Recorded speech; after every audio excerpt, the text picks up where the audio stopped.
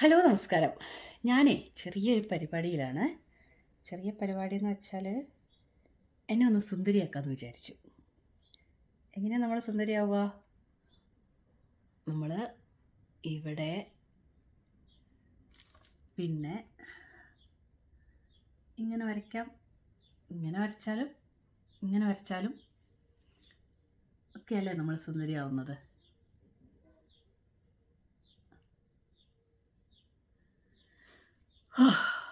എന്ത് രസമല്ലേ, സന്തോഷമായി. ഇപ്പം എൻ്റെ മോന് 1 വയസ്സ് കഴിഞ്ഞപ്പോഴാണ് ഞാൻ നാട്ടിൽ എൻ്റെ മോനെ കൊണ്ട് പോകുന്നത്. അങ്ങനെ നാട്ടിൽ പോകുന്ന സമയത്ത് പോയപ്പോൾ എന്നോട് കുറേ പേര് ചോദിച്ചു, എന്താ നീ നിൻ്റെ മോനെ ഒരുക്കിക്കൊണ്ട് നടക്കാത്തത്, കണ്ണ് വെക്കൂലേ, അല്ലെങ്കിൽ നിനക്ക് ഇതിനൊന്നും ആഗ്രഹമില്ലേ, അവനിങ്ങനെ സുന്ദരനായിരിക്കാൻ നിനക്ക് തോന്നില്ലേ എന്ന്. എൻ്റെ മോന് എനിക്ക് തോന്നിയത് അവൻ്റെ വേയിൽ അവൻ സുന്ദരനാണ്, അല്ലെങ്കിൽ അവൻ്റെ വേയിൽ അവൻ കംഫർട്ടബിളാണ്. സുന്ദരനോ സുന്ദരിയോ അത് വേറെ കഥ, അതെങ്ങനെയായാലും നമുക്ക് കുഴപ്പമില്ല. പക്ഷേ ഇതിപ്പം ഇങ്ങനെയൊക്കെ മുഖമാക്കി വെച്ചിട്ട് സുന്ദരനും സുന്ദരിയാക്കി നടക്കുന്ന അമ്മമാരോടും അച്ഛന്മാരോടും എനിക്ക് പറയാനുള്ളത്, നിങ്ങൾ ശരിക്കും ഇതുപോലെ ഒന്ന് മുഖം സ്വന്തം ആയിട്ട് എഴുതി നോക്കണം. അങ്ങനെ എഴുതി നോക്കിയിട്ട് ഒരു 10 മിനിറ്റ് കണ്ണാടിയുടെ മുമ്പിൽ പോട്ടെ, 3 മിനിറ്റ് കണ്ണാടിയുടെ മുമ്പിൽ പോയി നിന്നിട്ട് നിങ്ങൾ നിങ്ങളുടെ മുഖം ഒന്ന് സൂക്ഷിച്ച് നോക്കണം.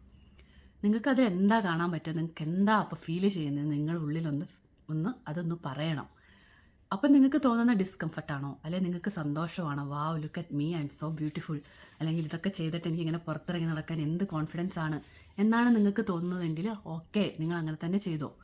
പക്ഷെ നിങ്ങൾക്ക് ഇച്ചിരിയെങ്കിലും ബുദ്ധിമുട്ട് തോന്നുന്നുണ്ടെങ്കിൽ നിങ്ങളുടെ കുട്ടികൾക്കും അതേ ഫീലിങ്സ് തന്നെയാണ് ഉണ്ടാവുന്നത്. അവർക്ക് ഉള്ള ഇമോഷൻസും ഫീലിങ്സും സെയിം ആണ്, നമുക്കുള്ളതും അവർക്കുള്ളതും എല്ലാം ഒരേപോലെ തന്നെയാണ്. ചെറിയ കുട്ടികൾക്ക് ഇല്ലാത്തൊരു സംഭവം എന്ന് പറഞ്ഞിട്ടുണ്ടെങ്കിൽ എന്താണ്, അവർക്ക് സ്വന്തമായി തീരുമാനം എടുക്കാൻ പറ്റില്ല, അവർക്ക് സ്വന്തമായിട്ട് ഒന്നും ചെയ്യാൻ പറ്റില്ല, നമ്മൾ തന്നെ എല്ലാം ചെയ്തു കൊടുക്കണം. അതുകൊണ്ട് എന്താണ്, അവർക്കിത് ഇഷ്ടമല്ലെങ്കിലും അവർ ഉറക്കത്തിനിടയിലൊക്കെ നമ്മുടെ പാരൻസ് കൊണ്ടുപോയിട്ട് ഇങ്ങനെ കുത്തി വരയ്ക്കുന്ന സമയത്ത് മുഖം ഇട്ട് വെട്ടിക്കും. അവർക്ക് ഇഷ്ടമല്ല, അതുകൊണ്ടാണ് അവരങ്ങനെ ചെയ്യുന്നത്. അവർക്ക് ഡിസ്കംഫർട്ടാണ്, എന്തൊക്കെയോ സംഭവിക്കുകയാണ് അവരുടെ മുഖത്ത്. അത് ആരാണ് എന്താണെന്നൊന്നും അറിയുന്നില്ല. അപ്പം മുഖം ഇട്ട് വെട്ടിക്കുന്നതിൻ്റെ ഭാഗമായിട്ട് ഒരെണ്ണം ഇങ്ങോട്ടിരിക്കും, നല്ല വില്ലന്മാരുടെ മാതിരിയൊക്കെ ആക്കും കുറേ ഉണ്ടാക്കി വെച്ചിരിക്കുന്നത്. എന്നിട്ട് എണീറ്റ് വരുമ്പോഴോ വാവ്, കുട്ടിക്ക് കണ്ണ് വെക്കരുതെന്ന് വിചാരിച്ചതുകൊണ്ടല്ലേ, അത് കുഴപ്പമില്ല, അങ്ങനെ തന്നെ ഇരുന്നോട്ടെ എന്നൊക്കെ വിചാരിക്കും.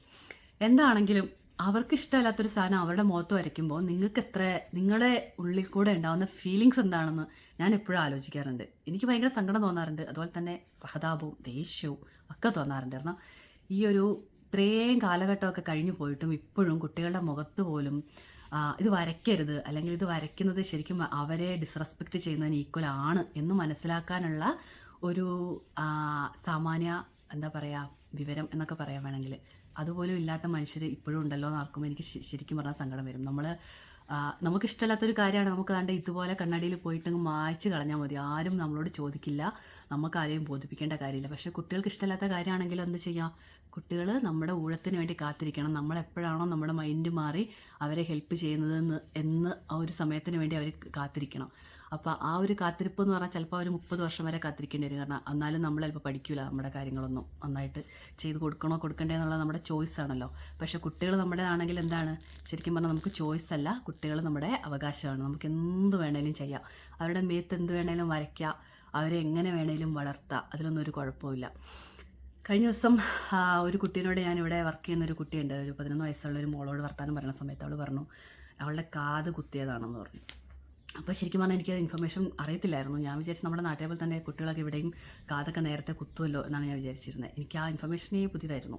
അവൾ പറഞ്ഞു, നിങ്ങളുടെ ഇന്ത്യയിലൊക്കെ ഇങ്ങനെ കാതൊക്കെ കുട്ടികളെ കുഞ്ഞായിരിക്കുമ്പോഴേ കുത്തുമല്ലേ, അത് ശരിക്കും അങ്ങനെയൊക്കെ എങ്ങനെയാണ് നിങ്ങൾ അങ്ങനെ ചെയ്യുന്നത്, അവർക്കൊരു റൈറ്റ് ഇല്ലേ എന്ന് ചോദിച്ചു. അപ്പോൾ ഞാൻ അത് ശരിയാണല്ലോ എന്ന് വിചാരിച്ചു. അപ്പം നിങ്ങൾ എപ്പോഴാണ് ചെയ്യുന്നതെന്ന് പറഞ്ഞപ്പോൾ പറഞ്ഞു, ഞങ്ങൾക്ക് എപ്പോഴാണോ നമ്മൾ വലുതായി കഴിഞ്ഞിട്ട് നമുക്ക് കംഫർട്ടബിൾ ആവുന്ന എപ്പോഴാണോ അപ്പോഴാണ് ഞങ്ങൾ കാത് കുത്തുന്നത്. എൻ്റെ കാത് കുത്തിയത് 11 വയസ്സായപ്പോഴാണെന്ന് പറഞ്ഞു. അത് ശരിക്കും പറഞ്ഞാൽ ഞാനൊന്ന് ചിന്തിച്ചു വിട്ടു. നമുക്ക് കാതുകുത്തൽ എന്ന് പറഞ്ഞൊരു ചടങ്ങ് ഉണ്ടെന്നാണ് എനിക്ക് തോന്നുന്നത്. എന്തായാണെങ്കിലും അതിനെപ്പറ്റി ഞാനിവിടെ പറയുന്നൊന്നുമില്ല. ഓരോരുത്തർക്ക് പറയണ പോലെ നമ്മുടെ കുട്ടിയാണ്, നമ്മുടെ അവകാശമാണ്, ഇഷ്ടമുള്ളതെല്ലാം നമുക്ക് ചെയ്യാം. പക്ഷേ എന്നാലും ഞാൻ പിന്നെ ഇങ്ങനെ ആലോചിച്ചപ്പോൾ ഈ കാത് കുത്തുന്ന ചെറിയൊരു കുഞ്ഞിനെ കൊണ്ടുപോയിട്ട് ആ കാതൊക്കെ കുത്തുന്ന സമയത്ത് അതിൻ്റെ ഉണ്ടാവുന്ന മനസ്സിൻ്റെ ശരീരത്തിൽ കൂടെ പോകുന്ന ഒരു പേടിയും ഡിസ്കംഫർട്ടും അതിൻ്റെ ഇൻസെക്യൂരിറ്റിയും ആരാണ് എന്താണെന്നൊന്നും അറിയത്തില്ലാത്ത വേദന അനുഭവിച്ചിട്ട് കുറച്ച് ദിവസം നിൽക്കുന്നതൊക്കെ അതെന്താണെന്ന് പോലും അറിയത്തില്ല. എന്ത് ബുദ്ധിമുട്ടായിരിക്കും ഞാനിങ്ങനെ ആലോചിക്കുമായിരുന്നു. പക്ഷേ കുറച്ച് കഴിഞ്ഞിട്ട് ഒരു 6-7 വയസ്സൊക്കെ ആയിട്ടാണ് നമ്മളത് ചെയ്യുന്നതെങ്കിൽ അറ്റ്ലീസ്റ്റ് ആ കൊച്ചിന് അറിയാലോ എൻ്റെ കാത് എനിക്ക് ഇഷ്ടത്തോടു കൂടി ഞാൻ കുത്തുന്നതാണ്, എനിക്കറിയാം, എനിക്ക് വേണം അത്. അപ്പം ഈ കമ്മലിട്ടത് കൊണ്ടാണ് ഞാൻ കാത് കുത്തിയത്. ചെറിയൊരു സന്തോഷം അതിൽ നിന്ന് നമുക്ക് കിട്ടുന്നുണ്ട്. ആൺകുട്ടിയാണെങ്കിലും പെൺകുട്ടിയാണെങ്കിലും അങ്ങനെ ഒരു സംഭവം കൂടെ ഉണ്ടെന്ന് ഞാൻ ജസ്റ്റ് ഒന്ന് പറഞ്ഞതാണ്. ആർക്കെങ്കിലുമൊക്കെ മാറി ചിന്തിക്കണം എന്ന് ആഗ്രഹമുണ്ടെങ്കിൽ അവർ മാറി ചിന്തിക്കട്ടെ. അപ്പോൾ മോറൽ ഓഫ് ദ സ്റ്റോറി എന്ന് പറഞ്ഞാൽ ഇത്രയേ ഉള്ളൂ. കുട്ടികൾ ജനിച്ചു വീഴുന്നത് മുതൽ അത് നിങ്ങളുടെ അവകാശമാണ്, നിങ്ങളുടേത് മാത്രമാണ്.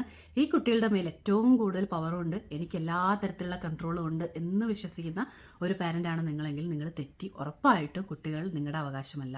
കുട്ടികളുടെ മേൽ നിങ്ങൾക്ക് കൺട്രോൾ ഇല്ല.